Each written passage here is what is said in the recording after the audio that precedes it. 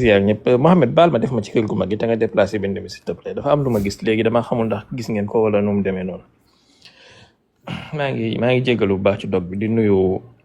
ñi ma fi fekk ñëpp di teg nuyoo bi ci loxo xalifa yàlla bi mu séddale ko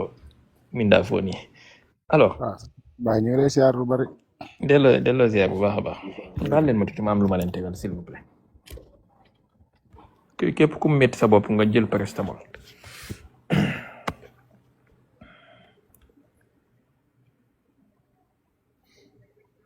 nañu xaw ma ndax jot ngeen a gis vidéo bi nañ ko déggandoo léegi laa ci yem. jàngale tarixa googa dëgg la fii papa lii jàngalewu ma jàngale RTS la kër xewe Baay diw nekkuma ci benn tarix lii RTS la xewe maanaam télévision nationale bu Sénégal. di jàngale jàngalewu ma jàngale kër Baay diw nekkuma ci benn tarixa di jàngale tarixa googa dëgg la fii papa la def ma fay teg pour ma jox nit ñi yàlla ko yonantam buñ génnee télé bi nag boo ñëwee ma wax la man di ma gëm ak ñi ma ne ak ñi ma faral loolu mooy war a leer moo dama ne la ñi ngay supporté waaw ñi may supporté boo ñëwee ma wax la seen i wax bu téeméer la yem diine moom wax dëgg yàlla moo demee ci wirdu Baay diw mooy wirdu yi nga xam ne jégul ci yonante bi premièrement mooy day am chef te chef boobu di déclaré wirdu bi tàmbaleewul ci moom te yemul ci moom moomu ko foofu la xunt bi di tàmbalee moomu ko déedéet moomu ko am na feneen fu wirdu bi tàmbalee loolu moo waral léeg-léeg boo jëlee wirdu bi di ko appliqué dañ lay jox ay charte d'utilisation ay conditions d'utilisation premièrement mooy il faut nga am ndigal ci wirdu bi parce que wirdu dafa am càlla la ku muy topp dafa mel ni xadis an fulaan an fulaan an fulaan an fulaan an rasulillah dëgg la noonu la wirdu yi mel wirdu yi jógee ci yonent bi rek moo melul noonu sallallahu alayhi wa sallam mais yeneen wirdu yi nga xam ne dafa jógee ci ay yeneen nit waaw dafa jógee ci ay kii yooyu day am lu ñuy tuddee chaîne de transmission moo tax ngay laaj ndigal pour jot si fi mu ne nii wirdu bi buñ la ko jàngaloon ba nga jàngale ko yow nga jël rek tàmbali di wirdu nii la ngay wut ci wirdu ba doo ko am parce que amoo ci ndigal ñoom loolu lañ wax ñoom waaw non si noonu la demee ca ñoom loolu lañ wax noonu la demee si ñoom parce que kenn branché wu la il faut nga jël ko ci ndigal parce que moo tax nga dégg Sénégal yi ba naan jël naa wirdu waaw kañ jël naa wirdu problème bi dëgg nag foofu la am kon wirdu kenn du ko jël fenn non bu dee wirdu bu baax non moom lay wax waaw wirdu bi nga xam ne moom la yonent bi jàngale moom la lislaam xam kenn du ko jël fenn moom kenn du ko jëlee fenn fu dul si yonent bi dafa sallallahu alayhi wa sallam waaw te buñ la ko xasee jàngal yaa ka nga xam ne ni moo ko jëlee woon si yonent ba yëre yëpp waaw maanaam ko ñoo ko ci indi ñoo ko sos rek ñoo ko créé indi ko dégg nga waaye nag buñ jógee ba ci biir waxtaan wi ni wirdu yi di demee noonu la kurus yi di demee kurus kontekaay doo nga ko tax a jóg kontekaay la maanaam islam xamu ko beneen bi mooy benn sellaa nga newul ci kurus déedéet kurus mën naa dugg duus mën naa dugg fu ne kurus benn sellaange newu ci mu ngi mel ni mais sijaada bi ngay jullee amul benn sellaange xam nga leen bëgg wax comprendre ma de li nga wax ni comprendre ma ko de maanaam foog nga firi ko lu tubaab bi tuddee saint waaw ville saint maanaam saint yooyu gaa yi tuddee ay saint waaw yàlla mooy sellal mbir mu sell bu ko yàlla sellalul mbir moom ak ñi mu bokkal xeet ñëpp a mel fi mu ne kurus gii moom ak per yëpp a yem moom kurus gi benn sellaange ne déedéet kurus yi bokkuñu de ah si am na kuy kurus bu jar 1 million moo tax ma ne la loolu nit ñi am na kuy jar 500 francs am na kuy jar 300 000 am na kuy jar 800 000 am na buy jar 500 000 am na boo xam ne ni dégg naa loo si xëcc day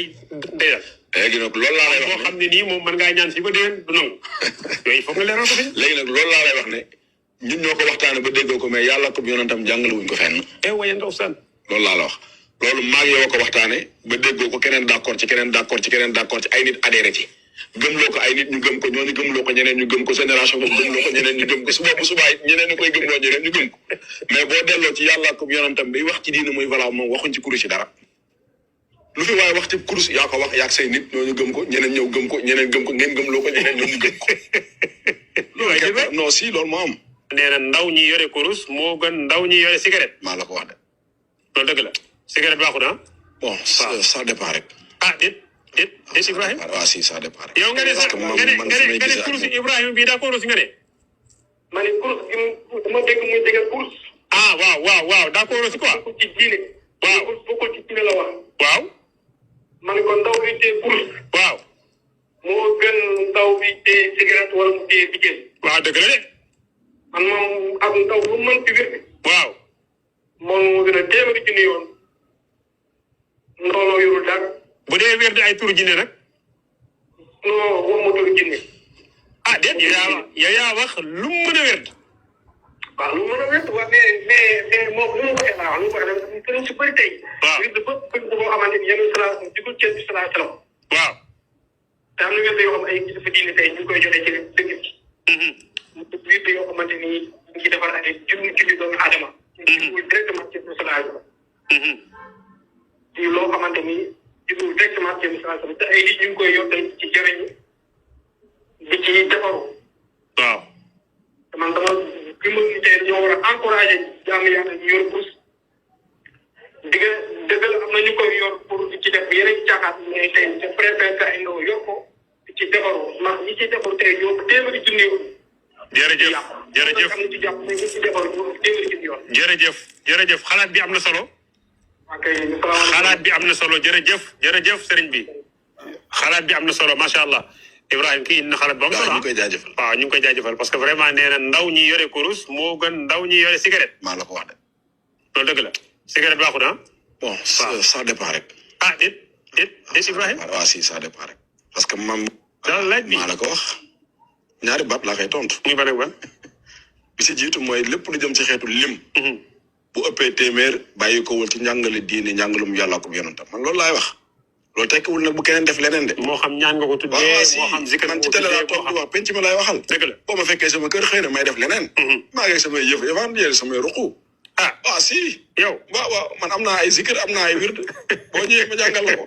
mais bu ma toogee ci télé bi di wax penc mi laay waxal du ma fi wax lu wuteeg yàlla comme yonentam li ñuy wax parce que diine lay jàngale.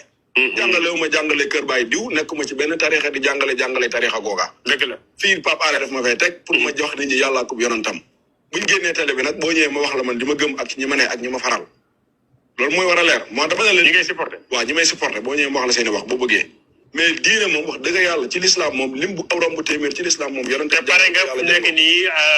ak ku mën a doon ku yore leneen lu bokk te yow li ngay wax waaw mu ñëw fii bu bëggee waaw am problème dégg nga loolu donc jàngalewu ma jàngale kër baay diw nekkuma ci benn tarixa di jàngal voilà dafa mel ni vidéo bi ma ci gis fii lay am 6 minutes 27 secondes léegi chacun est libre hein?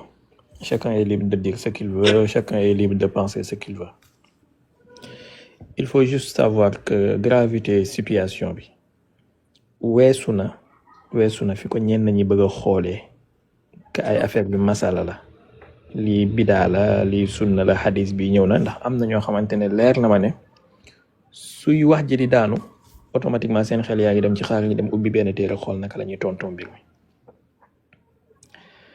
c'est-à-dire gravité mbir mi mooy lii ça se passe dans un pays qui s'appelle le Sénégal pas le Gabon pas l'Afghanistan pas le Trinidad et Tobago le Sénégal pays bu ñuy wax ne li fi am ci mbaax ci diine kilifa yi ko fi samp yépp ci tariqa lañ nekkoon ci soufisme lañ nekkoon ci kurus lañ nekkoon kulluhum sans exception et une autre gravité mooy ça se passe pas dans un radio privé ou dans un live privé ou dans un compte YouTube privé ça se passe sur la chaîne nationale qui est financée par le contribuable sénégalais c'est-à-dire sa dërëm sama dërëm dërëmu diw ak diw moo ciy dem et sur cette chaîne là le gars qui parle dit ouvertement que le directeur général u chaîne boobu daf ko fee teg kon duut un invité ku ñu tànn la teg ko fa jox ko émission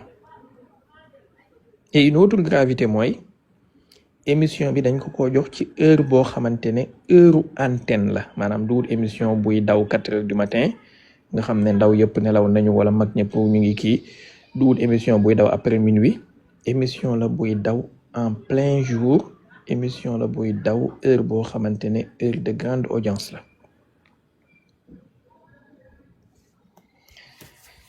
bon su ngeen jëlul mesure ci danger bi li may wax waxuma ak majalisiens yeeg oustaz yeeg li may wax maa ngi wax ak ñi am prise de conscience ci avenir réew mi ak stabilité am ak dalam. su ngeen jëlul mesure ci danger bii diraam xam leen ne depuis 2018 2017 am na benn jaam bu toogoon di wax ak yéen ci lii jaam boobu mooy waxaat ak yéen tey. gis nga am na dëkk yoo xamante ne démembrement wu dëkk ba maanaam xàjjalikoo wu dëkk ba ak décomposition moom ci wàllu pas-pas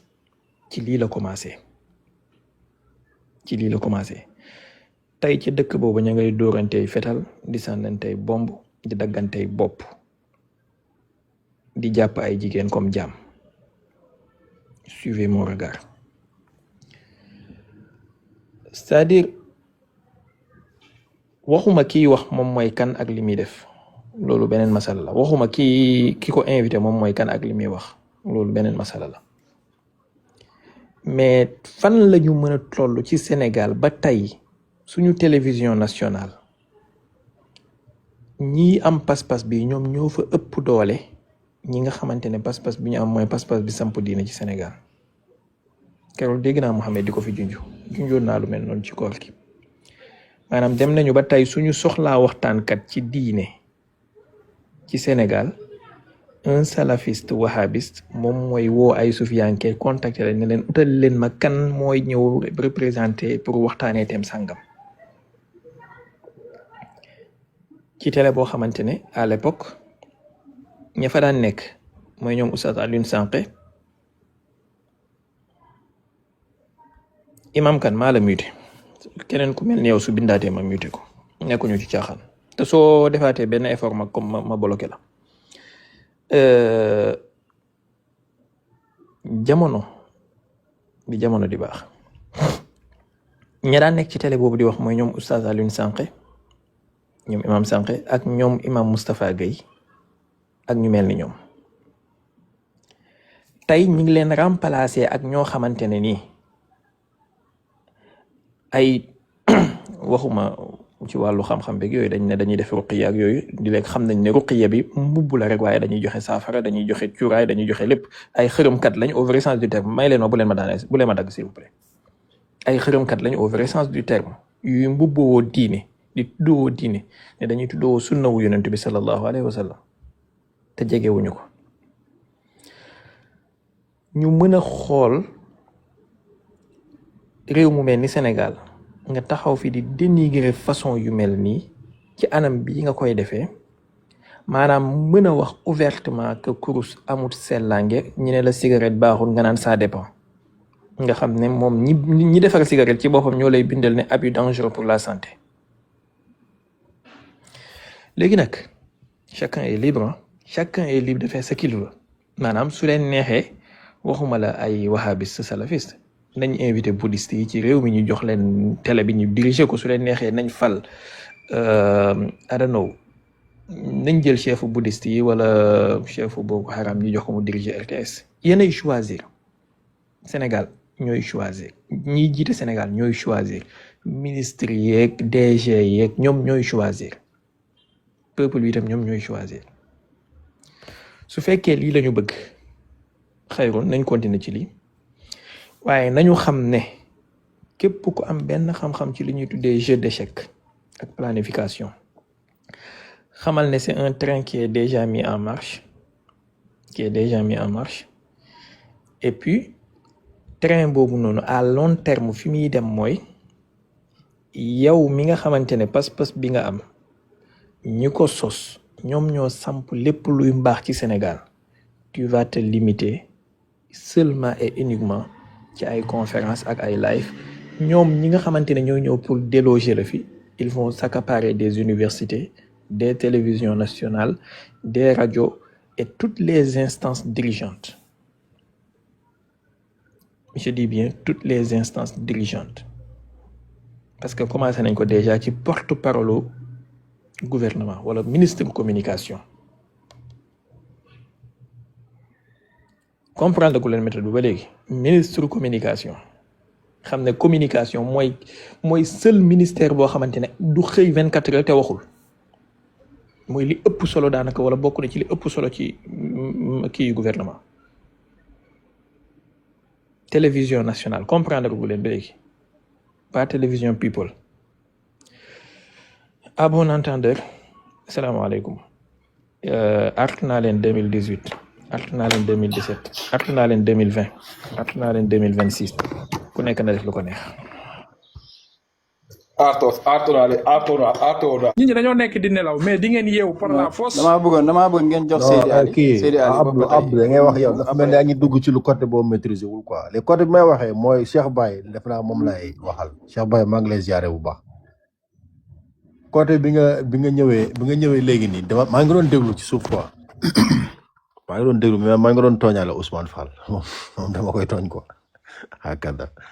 xamoon ci ay panel lañ nekk de mais boo ma joxee sa numéro bu ñu waxtaanee li ngay wax ni li may wax di nga xam maîtriser naa ko lool te lu ma teg tànk la lu leer laa lay wax. non xam naa ay def nga ay junju li def naa ay mais avant li nga wax ma xam ni amoo ci maîtrise noonu quoi amoo ci maîtrise noonu et c'est très dangereux nga ciy dugg fii nii xam naa bu baax li ma la wax waaw boo dee dama lay conseil rek mën nañ dugg ñu wax ci xam-xam mais côté bul ci dugg xam naa bu baax li ma lay wax grand. côté bu may ñëwee ci Cheikh Baye dinaa la bind dinañ waxtaan. incha allah amul benn problème incha allah al bab maftuh incha allah après nga bind ma bi nel la les côté bi may ñëwee Cheikh Baye xam nga quand on dit télévision nationale c'est pour tous les Sénégalais pour Sénégalais yëpp la loolu d'accord nañ le gars sans Sénégalais Pape Alé moo ko jëloo comme wax na ko Pape Alé moo ko jël comprendre nga ni mu ko jëlee noonu la mën a jëlee Cheikh Baye jëlee ko Seydi Ali jëlee ko Max Diagne jëlee ko docteur Béton Ousmane Fall ak keneen comprendre nga am na ñu fa nekkoon ay ñoom Cheikh Moustapha Gueye Allah yarhamu yaa ngi dégg ak ñeneen ñu bëri na ñu nga xam ne mës nañu jaar RTS wala feneen ak feneen mais duñ ne aussi télévision nationale la rek léegi comme télévision nationale la ñi nga xam ne ñoo fa war a wax ci diine ñun dañoo war a majorité wala dañoo war a nekk ñi nga xam ni ba nga leen di fekk ci minorité côté boobu du dëppoo boobaa ak mandute ki nga xam ne moo fa dem di wax sénégalais la am na lenn lu mu touché wala lu mu laal yow mi nga xam ne dëppoo ak moom position soit idéologie bokkuñ position yi bokkuñ wala leneen ak leneen yaakaar naa am nga plein droit am droit de réponse comme ni ko waa ji waxee boo gisee waa ji koy interroger mi ngi naan ko est-ce que pare nga kenn ñëw toog ak fii jàkkaarloo yow ci lii mu ne waaw pare na bu ko defee kooku dem bi muy dem foofu jàkkaarloo ak moom ak yéene bu rafet nag laa wax défendre li nga xam ni mooy ci gote wàll ga mu nekk wala wàll gi mu jàpp ni moo samp diine Sénégal bu ko defee loolu noonu mën na nekk xujja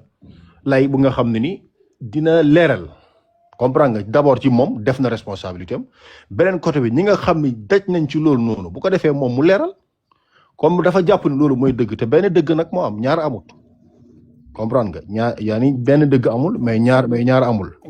Kamounde am naa benn question bu la bëgg a laaj nga yóbbaale. waaw ci wax ci ngay wax. léegi beneen côté jaxase bi xaaral ma daaneel fii laay daanelee Max beneen côté bi gars yi di jaxase côté ñi nga xam dañu am position ci diine ak li nga xam ne moom mooy politique dafa ne ñun dañoo comprendre yow mi ñëw di fal nit fal bi nga koy fal. bu dee da nga xaar ba mu ñëw gàlloo ay njël wala sol ay njaxas wala dem ci kër diine nga ne fii ci man la far ba nga fal ko ci diine kon yow xamoo nu ñuy fale loolu xamoo nañu boo ne dañ ma nax dafa fekk yow yaa bëgg ñu nax la et man li ma jàpp gis naa Cheikh Baye analyse yu muy def comprendre nga ci côté politique géopolitique mais man li ma jàpp xaw ma nag mais bu ko waxee nii dina ma bett man dama gëm ni falul Sonko yaa est-ce que yaa ngi may dégg bu dee ci wàllu politique man dama gëm ni falul Sonko dama gëm ni bokkul Pastef dama gëm ni votelul Pastef li may wax nag leeruma mais loolu maa ngi basé wu juste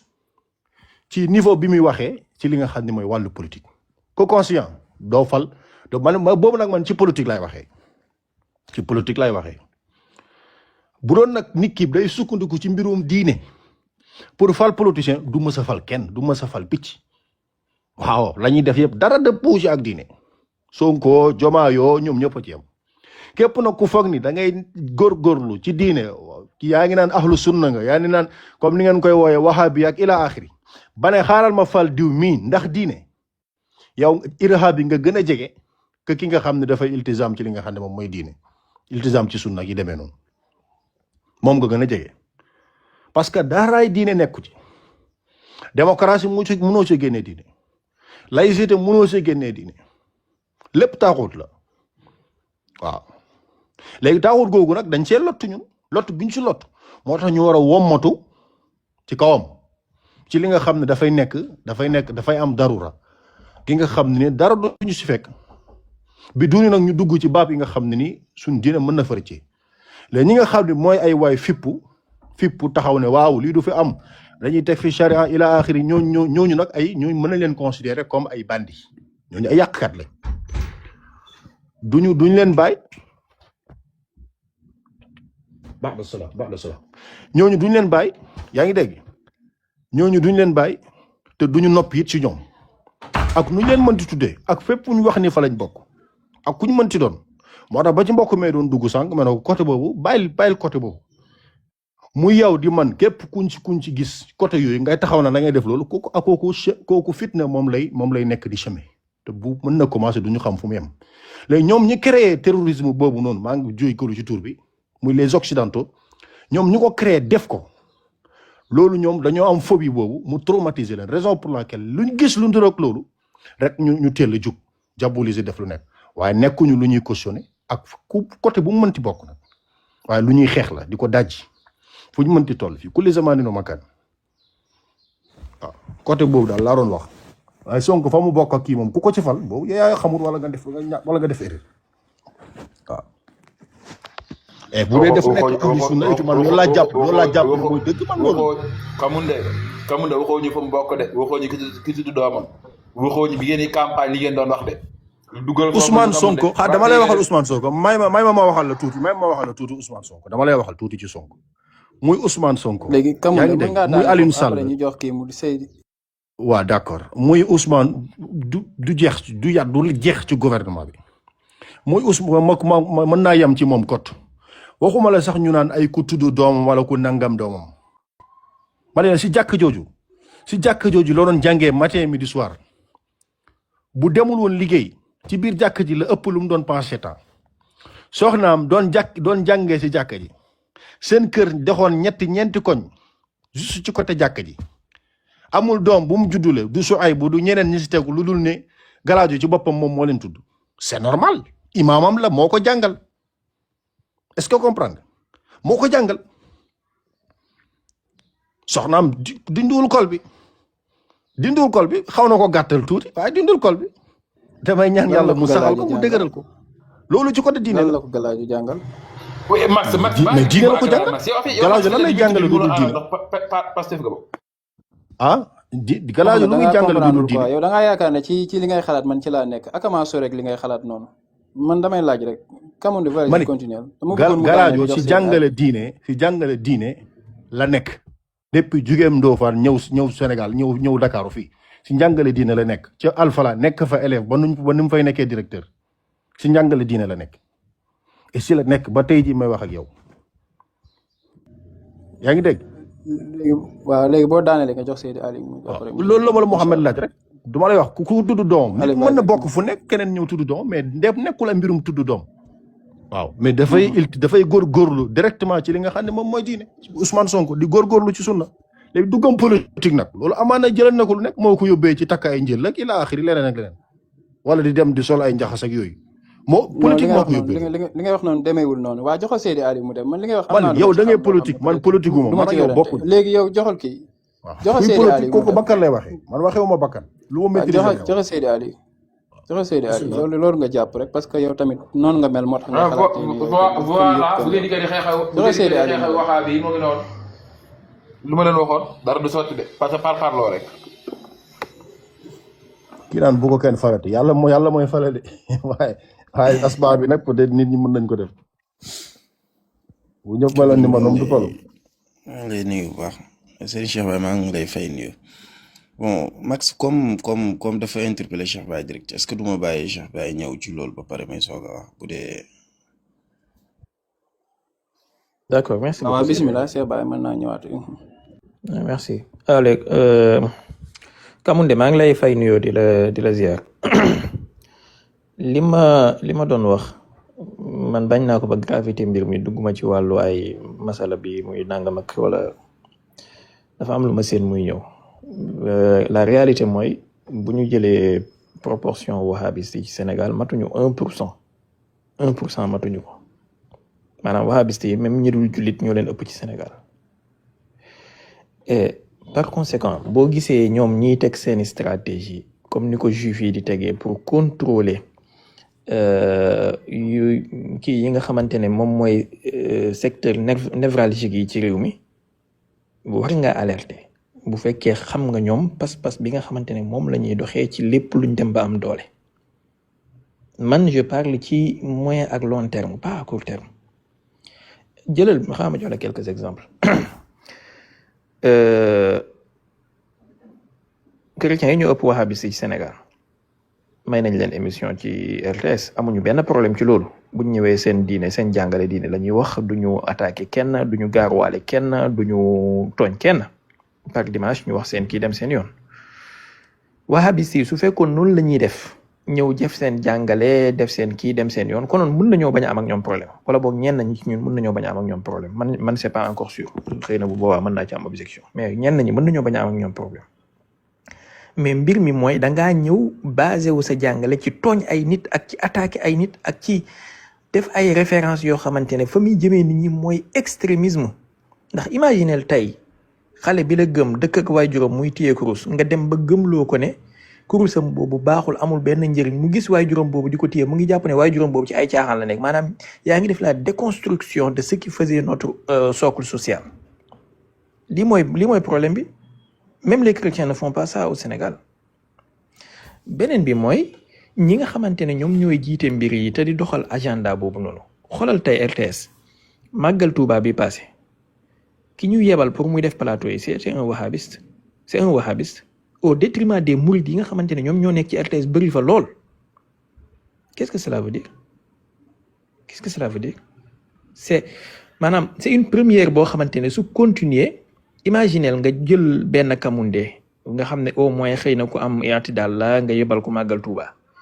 ñu bàyyi loolu mu jàll bu déwénee nga jël benn Nasser gannaaw déwén boo yóbbee imam kan nu ñu def il va pas insulter les mourides là-bas et ça va créer des problèmes et noonu lay commencer benn par benn di pousse di dem donc problème bi man waxuma ci wàllu ay kii moo war a nekk nangam man je dis juste que voilà suñu télévision nationale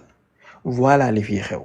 voilà suñu université voilà la fay xew et ñun ñi nga xamante ne ni am nañu benn part de responsabilité en tant que la majorité des musulmans de ce pays am na benn seetaan gu ñuy seetaan ba loolu di échapper à notre vigilance mu ngi échapper à notre vigilance et mu ngi jëm foo xamante ne pente bu dangereux la. léegi xam nga commencé nañu ci plateau wu kii dafay toog ñu koy laaj muy tontu je t'assure et Kamundé bind leen li ngeen denc d'ici quelque temps ci plateau wu dem joxe fatwa ci RTS la ñuy jaar maanaam foofu la ñuy yegg en fait li ma tudd sànq ñoom Oustaz Moustapha Gueye foofu la ñuy jaar suñ paree ci plateau wu def tafsir foofa la ñuy jaar suñ jugee foofu ci plateau wu accaparer tout ce qui est domaine religieux et social la ñuy yegg maanaam même les émissions yi nga xamante ne ni wàllu question sociétale yi lay traité boobaa ñoom moom la ñuy viser ji après et dans ce cas dafay fekk ne béy wéy na mbuus imagine léegi ñiy feeñ seen ñi kii RTS ñiy jël parole RTS ci wàllu diine 90% ci ñoom idéologie salafiste la ñu am te loolu mu ngi commencé depuis ci émission xayma xam-xam bi ñu daan def mooy paa boobu noonu xaw ma Ibrahima la woon ak xaw ma benn waaju xaw a am bu xaw a sew nii ak benn paa bu am yaakaar naa ne koy fàttaliku émission xayma xam-xam. Ibrahima Sall. voilà depuis jamono jooju noonu je te parle de lii c'est des années 2007 2006 ci la commencé woon foofu la ñu commencé woon di ramper ndànk-ndànk léegi dem nañ ba commencé di am ay plateau en plein air léegi ñu ngi commencé di am ay reporters yu ñuy envoyé ñuy dem léegi danañ dem ba mujj gi lépp luy émission fatwa luy émission tafsir luy émission waxtaanee ci diine ñoom lañ koy dénk et imaginel koo xamante ne dafa contre gàmm dafa contre màggal dafa contre tarixa nga invité ko ne ko na waxtaan ci loolu bu fekkee ku muus la waxuma bu dee ab dof la mais bu dee ku muus la dana fexe wan la ne mu ngi waxtaan ci loolu te fekk la muy jàngale luy déconstruire loolu la ñun amuñu problème ci nit ki mu gëm lu ko neex mais bul tooñ keneen ci gëm-gëmam bul jàppal keneen ne gëm-gëmam ay caaxaan la baaxul ba mujj gi ñi xam ne à terme fi mu lay yóbbu mooy yéeféerloo ko mooy daganal deretam et on sait tous li nekk ci téere yi quand même il faut pas nous pousser pour ñu wax ko xam nañ lu nekk ci téere yi xam nañ am na téere yoo xam ne soo ko ubbee diw bu defee nangam ray ko dagan na nga fay fekk diw bu defee nangam dagg boppam dagan na nga fay fekk maanaam ci te ñan la ñuy wax loolu turu nitu bidaa la ñuy utiliser ñan lañ jàppee nitu bidaa mooy kii téye kurus ki mooy sa wayjur bi mooy sama frère bi mooy sama sœur bi mooy sama wayjur bi mooy sa tonton bi mooy sa xarit bi bu yàggee il va devenir infréquentable pour yow nga fekk sa nit ki fekk wayjuram bu jigéen teg sa jaadaam ak kurusam mu ñëw football sa jaada bi ak kurus bi parce que oustaz bi ci télé bi nee na ko loolu amul benn sainteté ci moom te fekk yow moment boobu yaa ngi laal li gën a cher ci xolam te nit kenn du ko xeebal gëm-gëmam ak yëg-yëgam lan la ñu alxuraan wax wala tasubbu allazina yad'una min dunillahi fa yasubbu allaha adwan bi ghayri ilm maanaam même bu fekkee sa wayjur bi lam bi muy takk moo cher ci xolam waroo ko koo xeebal sàkkantuma kurusam bi muy téye di ci jaamoo boromam et ñan ñoo koy wax su doon ñi koy wax sax am nañu ahliya mais ñi koy wax ñoo xam ne ñëpp soo xoolee seen xalfiya ñoo gën a dëng Ismaïla Yacine maanaam ñoo gën a dëng garab yoo man kii doon wax ci vidéo bi nii je veux pas personnaliser la chose mais kii doon wax ci vidéo bi nii man xam naa ne dafay def ay affaire u xërëm ñi muy critiquer nii moom moo leen gën a yées en fait dafay joxe saafara dafay joxe cuuraay dafay joxe lépp li gars yi di def mais nañu bàyyi ginnaaw ci biiru du xam Sénégal fii ñëpp ay nante lañ on se sait du caagee ne dañoo noppi ni rek mais xamante nañu bu baax dañoo tëdd rek mais nelawuñu donc pourquoi lii ñu koy seetaan muy continuer nii mais suufiyanke am nañ ci part de responsabilité ñoom itamit mais loolu suñu póotum biir nii la xëy na suñu wéeteer nañ ko waxtaanee mais évitons dérapage yi di am ku bëgg a jàngale bismillah tey man leer na ma leer yàlla ne soo leen oowoon débat ci Sénégal dañuy bañ ci RTS bi man personnellement Kamoundé lii soo ko mënee jotale ñoom ci seen instance yi nee leen jàmbu xeebu bu tudd Cheikh Baye Niass nee na képp ku pare pour débat ak moom ci masala bii waaju doon wax wala ci yeneen masala yi ci RTS ci heure bi émission bii di am pare naa pour waxtaan ak moom commencé ko ci docteur Ahmed Lo ba ci suuf jottalil ma leen ko bu dee d'accord nañ ko ci émission bi heure bi muy am nii nag buñ xaar ba 4 heures du matin xale yi nelaw boo leen oowee débat dañuy bañ boo leen jéemee confronté bu dee da ngaa woote jéem leen confronté ñu coupé appel bi wala parfois émission préenregistrée la ñuy def ñëw di wax seeni jatrib dem seen yoon et yow doo am benn droit de réponse en retour. Cheikh Baye laa bëggoon wax rek ci côté RTS bi mu wax léegi nii pour xamal ko ne ko mën na wala bàyyi Cheikh dinaa la bind Cheikh Baye. s'il vous plaît waa allez vas-y waa demal. voilà Max maa ngi jégalu bu baax maa ngi jégalu loolu nga bëgg noonu man ci loolu laa d'accord man lépp lu ma gis toog waxtaanee xam-xam man loolu laa gën a d'accord toog di wax comme di góor googu doon def démb di wax di saaga ndax waajooju ne def lu mel ni saaga benn kilifa li nga wax nii dinaa ko def tout de suite comprendre nga dinaa la bind dinaa woote carrément pas ñii nii mais ñi nga xam ne ñoom ñoo leen indi foofu man maa la ko wax dinaa ko def et incha allah xaw ma nag ñoom lan mooy seen programme wax dëgg yàlla mais luñ ma wax bu ma nekk man dinaa la jox numéro Pape Alé ci nu mu gën a gaawee di nga ñëw foofu di nga toog wax bu ko defee loolu après xuloo du am xeex du am benn merante du am mais dañuy toog waxtaan xam-xam moom mooy génn xaw ma comprendre nga li nga wax noonu man ci laa gën a d'accord foofu bu ko defee moom mi toog suuf foofu sax di wax moom mooy gën a placé pour yow nga toog nga waxtaan ak moom bu dee d'accord nga ci loolu. ah d'accord na. dinaa woote et dinaa la bind comprendre nga dinaa la bind dinaa def tout pour jot ko bi iznillah naa la balancer numéro bi iznillah. la te au cas où ñuy laaj ay conditions ne leen aw ma benn condition préalable nañ ma yëgal bés bi rek ak waxtu wi incha allah. jeex na jeex na lii defe naa lii moo gën bu ñëpp doon def lii teg ko ci xam-xam ak teggin. téema ko woo direct sax moom Ibrahima mi doon wax. ba xam Ibrahima moo moom woote. mooy ki doon wax nii boo ko mënee woo kay woo ko Ibrahima Gueye. non ki doon wax nii aw ma numéro ki doon wax nii aw ma numéro ki doon wax nii bu dee yaa ngi numéro boo ko direct nga lijjanti ñu loolu rek. mu ngi sonn xamante ne jëlam de. waaw bu d'accord nii mën a def débat bi foofu mu def ko foofu mais bu ko d'accord man mën naa def tout ba yow nga dem foofu mais du ay ci affaire wax bu leen ko foog ne nag da ay affaire wahabisme nag loolu bokku ci de Pape Alé xamul sax loolu. L'émission a été suspendue dégg naa ko léegi ñu ci gars yi bind nañ ko ci commentaire ne émission boobu dañ ko suspendre dawatul RTS xaw ma nag Cheikh Baye ndax loolu xam nga ci dara. suspendre nañ ko ba RTS génne na benn communiqué maa ngi koy envoyé sànq nga xam mais seen communiqué seen jéggalu bi dara safuma si jéggalu boo xam ne waxoo turu waa ji waxoo lañ defu leen vidéo defuñu dara ñi dañuy yaraate xam na lañ def ñoo ko tey dañu laal passe-passe jàmbur pare di jéggalu seen jéggalu ñàkk fay suspendre nañ ko ba nouvel ordre léegi ñoo ngi jéggalu di ngeen di jéggalu si lan si li waa ji waxal leen point li ñu def yëpp ñoo ko tey xam na li xew ndax xam na ne gars yi meral moo tax ñu ne nan teg tuuti léegi xaaral ma ça ñu defuñu question bi après ñu seet kenn ku ci nekk wax ci question bi ma bëgg a poser parce que yaakaar naa dina avancer mbir mi question bi mooy ndax jaadu na cim réew benn minorité boo xam ne matuñu 2% léegi li jëm ci wàllu ngëm-ngëmul ci ngëm-ngëm minorité boo xam ne matuñu 2% daal di accaparer benn émission boo xam ne maanaam ñooy wax ci wàllu gëm-gëm benn minorité ñoo ko contrôler à 80 ba 90%. Est-ce que loolu jaadu na ndax loolu démocratie nangu na ko wala xel mu seel nangu na ko lii laa doon laaj quoi ndax minorité boo xam ne matuñu 2%. docteur Béton yéen ñëpp mën naa ne loolu question bi dama ko. xam nga lu tax jaaduwul ma toon la balaa docteur Béton di ñëw docteur maa ngi lay ziar baal ma tuuti xam nga lu tax jaaduwul ci diine jaaduwul ci démocratie jaaduwul sax ñoom ci seen mën a xëj ñoom maanaam tey jii boo demee Arabie Saoudite doo fa fekk émission yoo xamante ne ni minorité yi nekk ci réew ma moo xam muy sufiyanke wala muy chia yi dañ koy am ci émission télévision nationale yi di ko def amul benn ci chaîne Arabie Saoudite yi nga xam ne seen télévision nationale la ñuy jox ay minorité temps de parole ci waxtu woo xamante ne heure d'antenne la te am na ay chia yu fa nekk am na ay sufiyanke yu fa nekk ak yeneen minorité mais jamais nga dégg ko foofu donc lii rek déjà point bii nga souligner nii rek waroon naa tax ñu bàyyi xel ci yu mel nii